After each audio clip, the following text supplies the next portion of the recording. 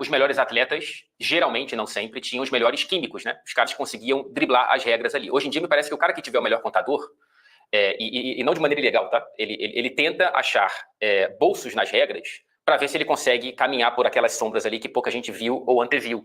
Isso acontece muito no futebol europeu, e isso pode acontecer mesmo com o melhor fair play do mundo. Mas para evitar esse tipo de coisa, e os aventureiros que você acabou de citar, Marcelo, a gente precisa confeccionar um fair play que eu acho que tem que amarrar principalmente 3 pontas. Essa que você acabou de citar, que é você, de alguma maneira, amarrar o investimento à receita. Eu não acho que precisa ser, minha opinião, né? Eu não acho que tem que ser restritivo de maneira drástica nesse ponto, porque senão você condena o clube àquela receita e ele precisa crescer como, né? É muito difícil você aumentar a sua receita se você não consegue ter um time bom, e para ter um time bom você precisa ser criativo no mercado, e para ser criativo no mercado às vezes precisa de mais dinheiro do que você gera. Eu acho que precisa amarrar muito bem a saída do investidor, tanto quanto a entrada e a permanência. Então, se um dia o Textor largar o Botafogo, tem de haver uma regra que obrigue o Textor a cumprir com os acordos ou com parte deles, ou enfim, que a saída não quebre nenhum clube, seja o City do Bahia, o Pedro do Cruzeiro, o Textor do Botafogo e tantos outros. E eu também acho que é muito interessante que o primeiro incêndio a ser apagado no futebol brasileiro seja o das dívidas. Então, que a gente estimule a clubes fazerem, por exemplo, o que o Flamengo fez. Olha o Flamengo na lista aí que você colocou na tela, é o penúltimo em dívida dessa lista que você colocou de clubes do futebol brasileiro. O Flamengo reduziu muito a dívida para ter poder de investimento. Então, eu acho que quem tem menos dívida tem que ter o direito de poder gastar mais, porque você incentiva o cara a também pagar a dívida em paralelo a investir no futebol, investir no elenco e no clube. Mas eu acho que você também tem que incentivar investimentos de quem quer chegar com dinheiro no clube, como o Cruzeiro, Botafogo, Bahia, etc. e tal. Mas é um tema muito sensível, cara. A cama para tudo isso, e aí não entra no fair play, mas acho que é a cama básica, o chão da fábrica, tem que ser distribuição igualitária de direitos de TV. Porque se for distribuição como alguns clubes estão propondo, não tem fair play que dê jeito. Porque você vai ter 2 esportes diferentes dentro da mesma competição. Mas a gente não tem divisão igualitária, assim, são 20 clubes e cada um ganha 5%, por exemplo, para somar 100%. É isso, né? Se cada um ganhar 5% vezes 20 em nenhum lugar, né? Assim, o que a gente tem é uma divisão que não seja tão alargada, né? Isso. Que o Flamengo não ganha 500... É mais próximo da Premier League. Que o Flamengo não ganha 500 e o Cuiabá ganha 20, por exemplo. Pô, o Flamengo gera muito mais audiência que o Cuiabá, tem muito mais torcida, consumidores, claro que sim. Mas se o Flamengo não tiver o Cuiabá para ele jogar contra, ele não vai jogar contra ninguém, ele não tem onde passar e ele também vai perder. Então, eu também acho que o dinheiro da televisão tem que ser mais dividido de forma mais justa. E eu acho que aqui, especialmente, todos tinham que conseguir sentar-se à mesa de uma forma mais tranquila, menos passional, para fazer o bolo crescer de uma forma melhor para todos. O futebol brasileiro, então, a partir de agora, ficou interessante, né? Então, investidores de fora e tal, que viram que é interessante investir no futebol brasileiro. Então, acho que tem que ser com uma regra de proteção aos clubes, como você disse, se o investidor quiser sair, ele indeniza o clube, ou ele leva com ele os custos que ele trouxe. Pô, ele comprou o Matheus Pereira por 8 milhões de euros. O Matheus Pereira tem um salário de 500 mil. O clube não tem condição de pagar aquele 500 mil. Então, que seja feita alguma regra para que o resto do contrato daqueles jogadores contratados durante aquele período seja pago por quem está saindo. Você sai, você paga a conta e depois você vai embora. Alguma coisa nesse sentido.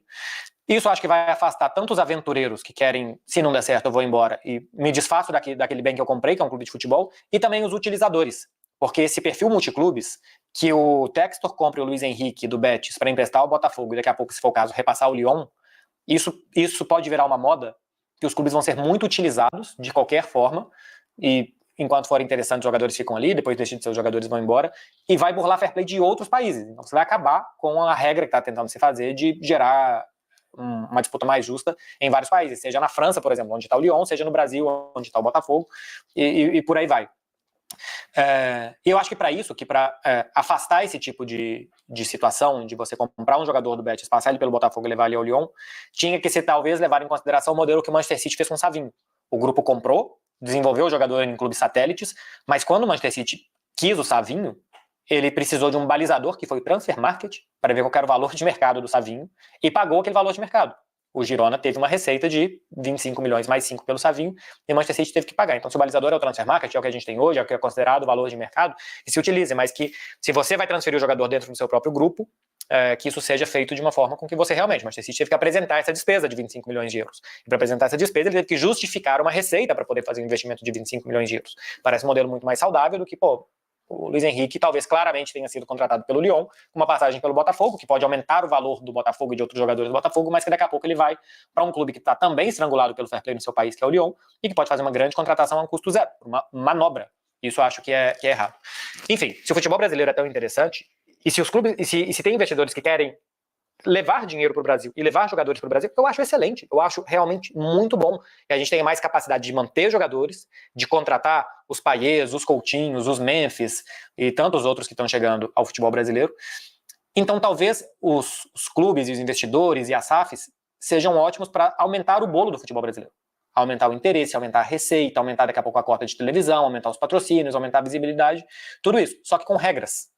E essas regras eles têm que determinar se é de gastos, se é de salário, se é de limite de transferência dessa utilização dos clubes. Eu acho que isso não vai acontecer nunca, tá, Fred? Porque eu acho que a gente não tem nenhuma maturidade dos dirigentes de quererem ser adversários só dentro de campo. Esse é o ponto. Fora de campo também. É que você tá aí falando. Né? Ninguém olha pro coletivo no futebol brasileiro, nunca foi assim, desde o tempo de Clube dos 13 e por aí vai.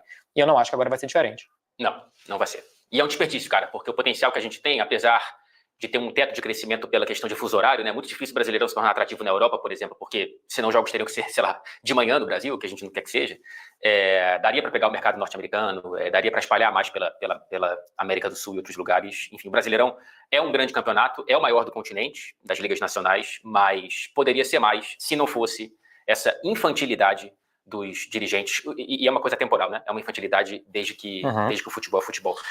Só para dar um exemplo rápido... Não, sim, é uma infantilidade dos dirigentes, e aqui sem cores, tá, assim, porque a gente citou aqui o Textor, o Bahia, o Cruzeiro, mas antes foi o Palmeiras, e o Corinthians é um dos clubes mais endividados do futebol brasileiro, e um dos que mais gasta, embora o gasto em contratações essa temporada não tenha sido alto, mas o gasto em salários, porque pegou muito jogador livre com contratos altos. Então aqui a gente não está debatendo o caso Textor, ou o caso Bahia, Manchester City, ou o caso Atlético Mineiro e o Menin, ou o caso Cruzeiro, Pedro Supermercado BH. Isso vai para vários períodos anteriores do futebol brasileiro, várias vezes que isso já aconteceu, e várias vezes que a gente perdeu a oportunidade de gerar algo melhor, mais organizado, com regras para todo mundo, para que isso daqui a pouco possa ser utilizado por todos, e não só pela quem for a bola da vez.